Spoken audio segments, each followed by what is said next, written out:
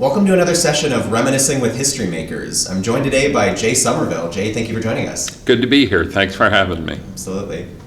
So for starters, when did you join APCO? 1998. So I've been a member for 34 years plus. All right. During that tenure at APCO, tell us some of the agencies that you worked for, positions you held, and some of those responsibilities. I started as a communications operator at the City of Lima Police Department.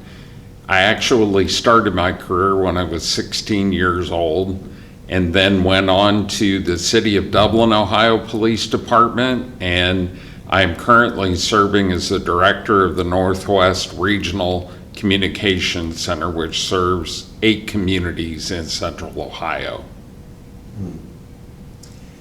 Can you describe what initially drew you to join APCO?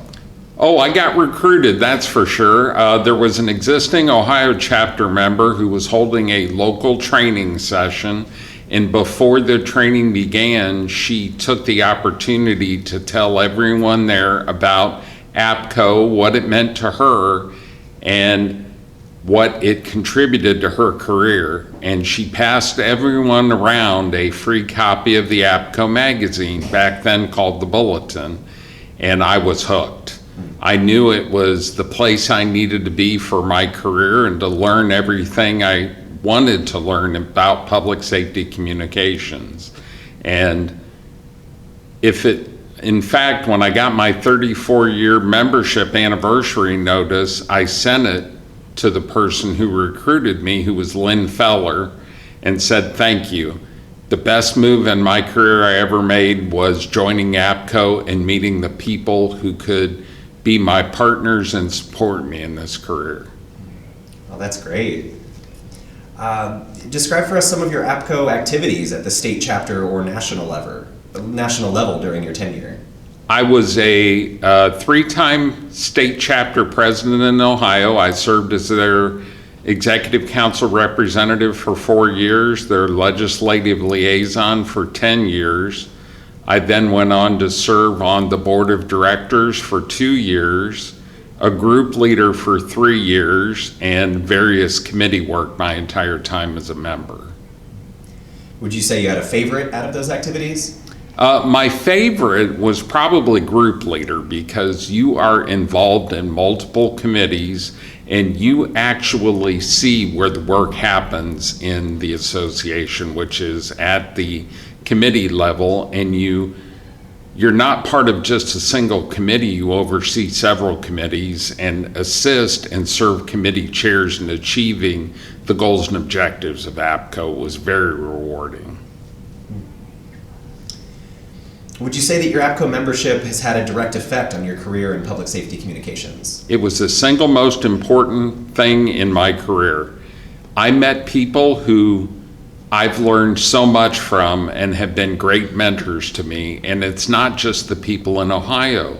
I've been able to interact with members from across the country, made friends that will last a lifetime, and friendships I know I can pick up the phone and call people anytime I have a problem I need an answer to. There's someone in our association that can help me answer it and can help me do a better job. What would you say you like most about APCO? The networking that's available and the support that you receive from the association leadership to forward and advance the mission of APCO and the professionalism of public safety communications. We're a better profession because of this association, for sure. Whether it is courses offered by the APCO Institute, professional training through the new CPE program or the RPL program, to advocacy on Capitol Hill, legislative regulatory issues, and probably one of the most important things is I have made better decisions about operations, policies, procedures because of my relationship with APCO Incorporated. And I've met great friends, not just on the operational side, but vendors that have become friends and helped me build better comm centers. Absolutely. Would you say there's any one thing that APCO does better than anyone else? Advocate for public safety communications and public safety communications to be a profession that is on par with all other first responders in the industry. They are definitely the leader in public safety communications and leader in not just operations, 911 radio, spectrum issues. When you say APCO in the public safety community and at the FCC and in government, APCO means something. APCO is the foremost leader in this industry. So now with the advent of NG911, what would you say that APCO needs to do to stay current with the emerging technologies? Lead. Absolutely be out front, and already Mel has done a wonderful job building a coalition to make sure we have an end-to-end solution with NextGen 911. And when the dust settles with NextGen and we have it turned up throughout the nation, we'll look back and go, APCO's fingerprints are all over this, making sure it is a system that serves our citizens and gives our telecommunicators the tools they need to do the best job. What would you say stands out as the most significant contribution during your time in office?